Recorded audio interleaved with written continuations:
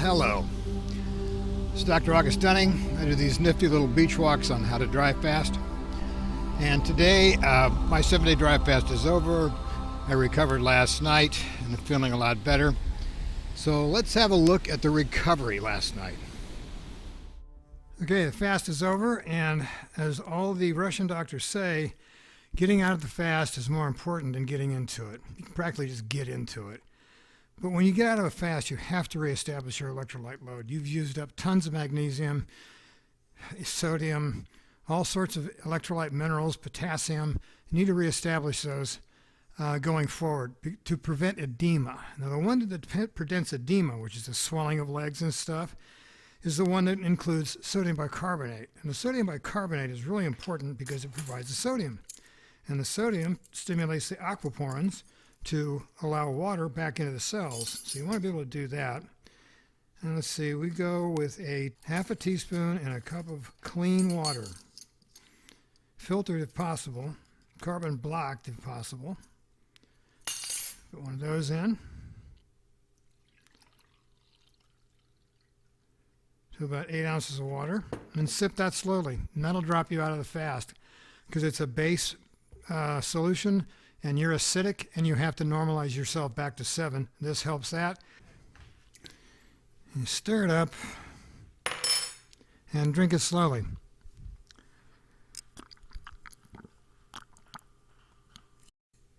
Oh, God, it feels good. Feels good, but I'll tell you, it's not going to feel near as good as this stuff. Oh, yeah.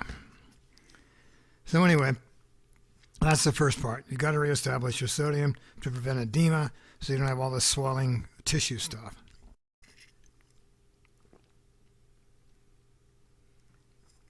Oh, yeah. God, that's good. So that also starts going through your intestinal tract, esophagus, stomach, duodenum, short intestine, long intestines, and it gets ready for that big goo release. And this provides some of that, coconut water especially.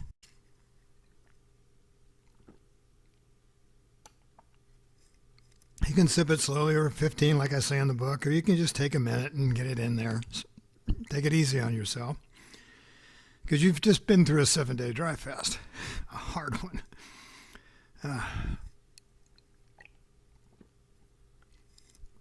Oh yeah. Feels good. Get some fluids back in me here. And so this is the time to just sort of take it easy, just like you've done the dry fast. Take it easy and get this stuff in. And get it in because you have to prevent all these other reactions if you don't. Oh yeah, that's good. All right, that's the first step. Then, this one. This is why I dry fast. For some reason, coconut water never tastes better than after a dry fast. Cheers.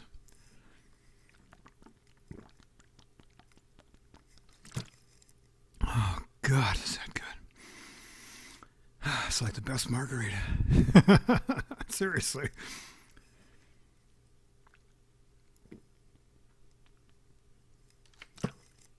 Anyway, so as I get this down, you're going to want to take a couple of 100 milligrams of potassium, a couple of 100 milligrams of magnesium bisglycinate, and just sort of relax and congratulate yourself because you've done something most people never are able to accomplish.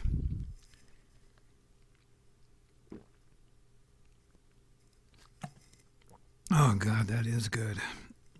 Anyway, that's the end of a dry fast. So anyway, now that I'm in recovery, actually the electrolyte replenishment period, it'll take a little while for my glycogen pillows to build back up in the muscles. So as much as I would like to be out there surfing today, I probably won't be. But that's okay, because it just feels great to be done with a dry fast and in this phase. It's about a week. Usually the recovery phase from a dry fast is about the same length of time you're in it. By the end of that, though, it's just back to normal. I go through these things a lot easier than most because I understand what's going on during them. And that's all it is. When you understand you're in a extreme healing mode and you're not sick, you know, it's just a matter of your body fixing things. And understanding this is really important, because if you understand what it feels like for your body to start fixing things, the aches and pains from old injuries being repaired, all that kind of stuff, it makes it a lot easier to go through it and understand what you're going through. No big deal. It's what we've been genetically designed to do. And the reason I did a 7-day hard dry fast is because I noticed during the last couple of 5-day dry fasts, I didn't get all that much goo out, the orange goo. I still got some. But with a 7-day, I got a whole bunch again because I want to test it. And that's the reason this book here hasn't come out yet, because I want to see if there's another way to get rid of the iron other than blood donation. So I've collected my evacuant, if you want to call it that. I've collected the orange goo, and I'm in the process of dehydrating it and sending it off to a chemical lab to see how much iron is in the stuff. Because if I've identified a new way to get rid of labile iron, that's a big deal.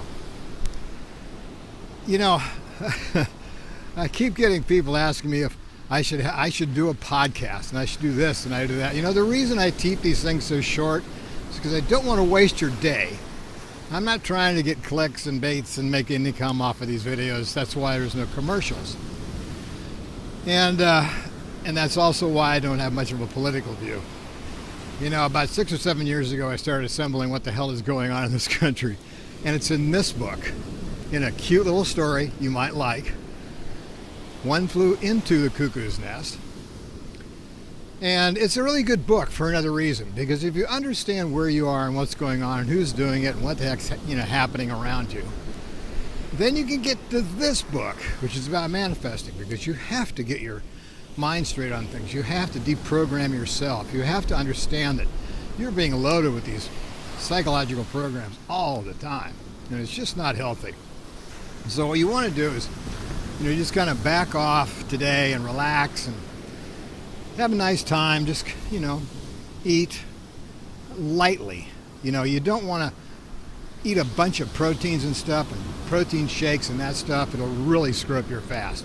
Right now, you're here to gently reestablish your digestive system, gently get yourself going again, and bone broth is perfect. Soups are perfect. That kind of stuff. Not a lot of solid food, just stuff that's infused with the nutrients of the soup itself or the bone broth. I like to put collagen peptides in mine, but that's just me. So yeah, that's kind of the deal today. Today I'll just be walking the beach and enjoying myself. I'd like to go out surfing, but I'm just not prepared with the glycogen pillows in my muscles yet to really be safe to do that. And so that's where I am. But I'm back on the beach, everything's fine. You'll notice that after you finish a dry fast, it's like flicking a switch on. Because when you start the dry fast, you turn the switch off, your eating switch, which puts you into this great cleansing mode. And that's also why I start on a Saturday night. If you go into a dry fast in the evening, that means by the time you wake up, you're already 12 hours into a dry fast. And then when you stop a dry fast 7 days later, Saturday night, for instance, then you still go into sleep, which is basically dry fasting. So you get a little extra day. Anyway, that's kind of the message today. It's really easy. It's just uncomfortable. Aches and pains, probably from someplace you've been damaged before and your body's trying to fix a scar tissue.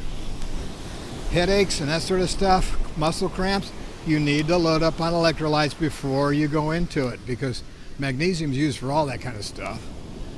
And especially for getting the ATP out of the mitochondria so the cells can use it. So that's kind of the message. Just kind of enjoy what you've done, enjoy what you've accomplished, and have a great day. There's a couple guys out there. You can see them out there. I really want to go out there, but I'm too smart to try it right now. Anyway, I love you guys. That's the message today. Dry fast is over. I'm in the recovery period, and it's really going to be home free from now on.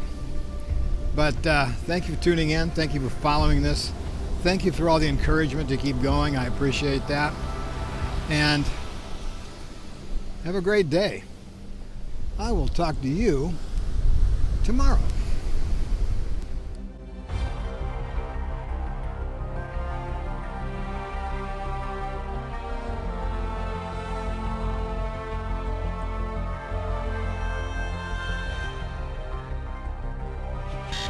Yes? We have a message. Can you remind people to subscribe, please, sir? What now? Please. Oh, very well.